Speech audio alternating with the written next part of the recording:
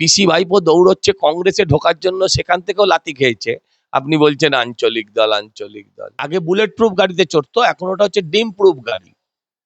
যে গাড়ির দেয়ালের গায়ে লোক ঝুলছে তার কারণ যাতে ডিম না খায়। ফাঁসির দড়িতে ঝুলে যাব তো ঝুলেই তো গেছে, ও কি আর জ্যান্ত আছে? ও তো জিন্দা লাশ এখন বলে না, ও এখন তাই অবস্থা। মুখটা দেখেছেন? এই গরমকালের পোড়া পোড়া আমের মতন পুরো মুখের অবস্থা। একে আর কি ফাঁসি দেবেন? মরা মেরে খুনের দায় কে নেবে? বড় মাছ ধরার আগে খেলিয়ে ধরতে হয়, তাই খেলাচ্ছে। ওকে তো জানতো যে কালকে ওকে ধরা যাবে না, শুধু ডিম মারবে বলে দিল্লি থেকে এসছে। ক্ষোভ রাগ যন্ত্রণাগুলো ভাবুন। ডেকোরেটরের লোক, হ্যাঁ, তারপরে আপনার কেএমডি এর লোক, হ্যাঁ, পিডব্লিউডির লোক, সব দাঁড়িয়ে আছে। জল্লাদ কবে থেকে খালি গায়ে দাঁড়িয়ে আছে বেচারি। আসামি আর যাচ্ছে না। এই সমস্ত কথা বলে আর লাভ আছে? ফাঁসির দড়িতে ঝুলে পড়বো, আয় তোর বাপকে ডেকে আন। এখন তো সাংবাদিক দেখলেই মুখে কাপড় ঢাকা দিয়ে পালাচ্ছে। প্রথমেই অসংখ্য শুভেচ্ছা আপনাকে, এবং তারপরে আমি প্রথম প্রশ্নটা আপনার সামনে রাখবো। একাধিকবার নোটিশ পেয়েও হাজিরা এড়িয়ে গেলেন। হাইকোর্টের নির্দেশের পর বৃহস্পতিবার একদম সিআইডি দপ্তরে হাজিরা দিলেন তৃণমূলের আঞ্চলিক দলের সর্বভারতীয় সাধারণ সম্পাদক অভিষেক বন্দ্যোপাধ্যায়। আঞ্চলিক দল দলটাই নেই, আর বলেন আঞ্চলিক দল। পিসি ভাইপো দৌড়চ্ছে কংগ্রেসে ঢোকার জন্য, সেখান থেকেও লাথি খেয়েছে। আপনি বলছেন আঞ্চলিক দল আঞ্চলিক দল। দলটাই নেই, নামের আগে চন্দ্রবিন্দু বসে গেছে ওই দলে। আমি বলবো, পশ্চিমবাংলায় যদি মমতা বন্দ্যোপাধ্যায় অভিষেক বন্দ্যোপাধ্যায়ের নেতৃত্বে কংগ্রেসের মিছিল হয়, কর্মী সমর্থকদের উপরে কি প্রভাব পড়বে? মমতা বন্দ্যোপাধ্যায়ের কোন কর্মীদের? তো কংগ্রেসের কোনো কর্মীও নেই, কিছুই এফেক্ট হবে না। কংগ্রেসের কর্মী কোথায়? অজিতদার উপর কি এফেক্ট পড়বে সেটা বলুন, সেই প্রশ্নটা করুন, সেটা যুক্তিসঙ্গত গ্রাহ্য প্রশ্ন। হ্যাঁ, আমি বলছি কিছুটা ধরুন, প্রথমত কংগ্রেস আর সিপিএম আর তৃণমূল, তিনটে পার্টি এখন নির্ভরশীল হচ্ছে মুসলিম ভোটে। তিনটে পার্টিরই অস্তিত্ব মুসলিম ভোটে, আর তারা দেয় ধর্মীয় কারণ। এরা সবাই একজোট হয়ে থাকবে, আর শিক্ষিত মুসলিমরা তারা ওদের ছাড়বে। যেভাবে ঢাকা গাড়িতে 6 জন গাড়ির ওপরে দাঁড়িয়ে কাঁচ ঢাকা গাড়িতে অভিষেক বন্দ্যোপাধ্যায়কে নিয়ে আসা হলো। ডিম প্রুফ গাড়ি। হ্যাঁ, আগে বুলেট প্রুফ গাড়িতে চড়তো, এখন ওটা হচ্ছে ডিম প্রুফ গাড়ি। যে গাড়ির দেয়ালের গায়ে লোক ঝুলছে তার কারণ যাতে ডিম না খায়, তার ভয়। রেজলিউশনের কপি একাধিক, এর আগে তো বলেছিলেন অভিষেক বন্দ্যোপাধ্যায় একদম ফাঁসির দড়িতে ঝুলে যাব, এখন রেজলিউশনের কপি চাওয়া হলে বলছেন জানি।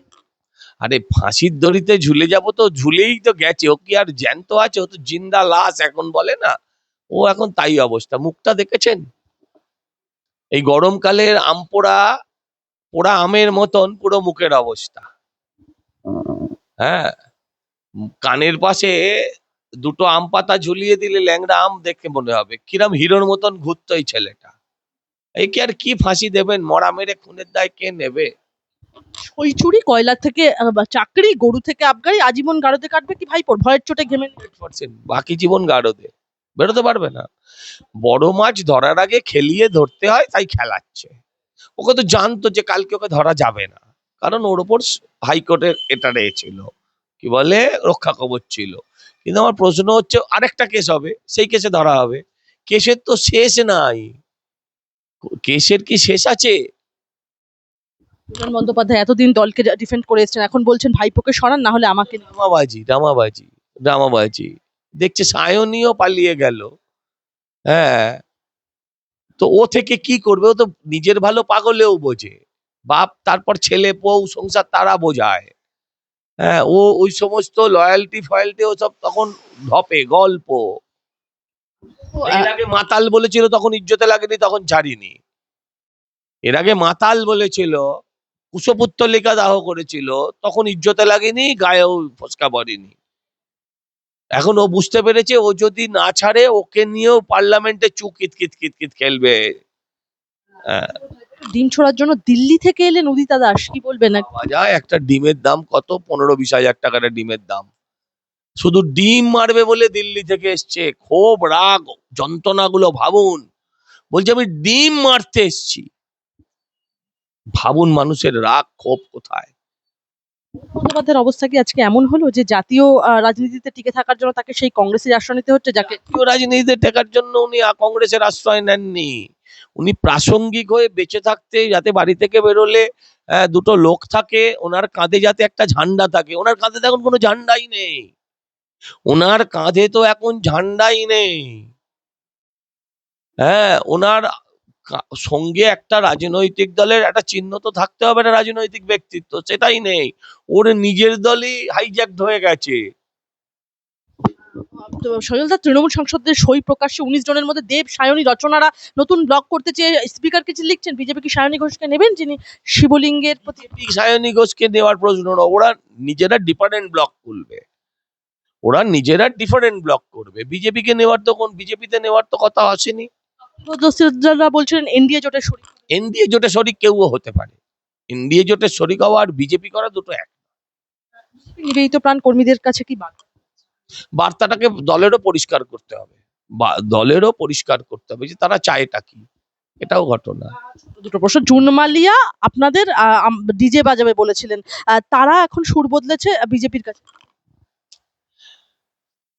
ওনার এখন বাজানোর মতন বাজনা ওর কাছে আর নেই, অনেক বয়স হয়ে গেছে, সন্ন্যাস নিলেই ভালো। আর বাজাতে পারবে না এরা, এদের আর বাজনা বাজানোর কিছু নেই। হ্যাঁ, যে দৃশ্য আপনি নিজে দেখিয়েছিলেন, একদম কার্যত দেখা গেল যে উত্তর চব্বিশ পরগনার কাঁচরাপাড়ার একটি বেসরকারি স্কুলের মানে ভল্ট থেকে উদ্ধার হলো প্রায় 1,70,00,000 টাকা, বিপুল পরিমাণ নগদ অর্থ। উদ্ধারের ঘটনা এলাকায় ব্যাপক চর্চা। দেখতেই তো পাচ্ছেন। আর স্কুলটা কার? স্কুলটার পরিচালন সমিতিতে কারা রয়েছে সেটা দেখুন, সব তৃণমূল পরিচালিত, তৃণমূল ইনফ্লুয়েন্স স্কুল বলুন, শুধু প্রাইভেট স্কুল বলে একটা ব্যবসায়িক গোষ্ঠী বা একটা একে, হ্যাঁ, ওই ওখানকার আগেকার এমএলএ ছিল তাদেরই লোকজন সব। শেষ প্রশ্ন আপনার কাছে প্রমাণ থাকলে জনসমক্ষে আনুন, তারপর ফাঁসির মঞ্চ তৈরি করুন, আমি ঝুলে পড়বো। অভিষেক বন্দ্যোপাধ্যায়ের ভিডিও ভাইরাল। কোন ভিডিও? কবেকার ভিডিও? সে আগেকার? হয়তো অনেক দিন আগে বলেছে, সেই তবে থেকে তো ওখানে আপনার ডেকোরেটরের লোক, হ্যাঁ, তারপরে আপনার কেএমডি এর লোক, হ্যাঁ, পিডব্লিউডির লোক সব দাঁড়িয়ে আছে। জল্লাদ কবে থেকে খালি গায়ে দাঁড়িয়ে আছে বেচারি, আসামি আর যাচ্ছে না। ওই সমস্ত বাতেলা সব বেরিয়ে গেছে। এই সমস্ত কথা বলে আর লাভ আছে? ফাঁসির দড়িতে ঝুলে পড়বো, আয় তোর বাপকে ডেকে আন। এখন তো সাংবাদিক দেখলেই মুখে কাপড় ঢাকা দিয়ে পালাচ্ছে। সাংবাদিকরা প্রশ্ন করছে চোর ভাইপো বলে। ভাবা যায় এই পরিণতি? পিসি ভাইপো দৌড়চ্ছে কংগ্রেসে ঢোকার জন্য, সেখান থেকেও লাথি খেয়েছে। আপনি বলছেন আঞ্চলিক দল, আঞ্চলিক দল। আগে বুলেট প্রুফ গাড়িতে চড়তো, এখন ওটা হচ্ছে ডিম প্রুফ গাড়ি। যে গাড়ির দেয়ালের গায়ে লোক ঝুলছে তার কারণ যাতে ডিম না খায়। ফাঁসির দড়িতে ঝুলে যাব তো ঝুলেই তো গেছে, ও কি আর জ্যান্ত আছে? ও তো জিন্দা লাশ এখন বলে না, ও এখন তাই অবস্থা। মুখটা দেখেছেন?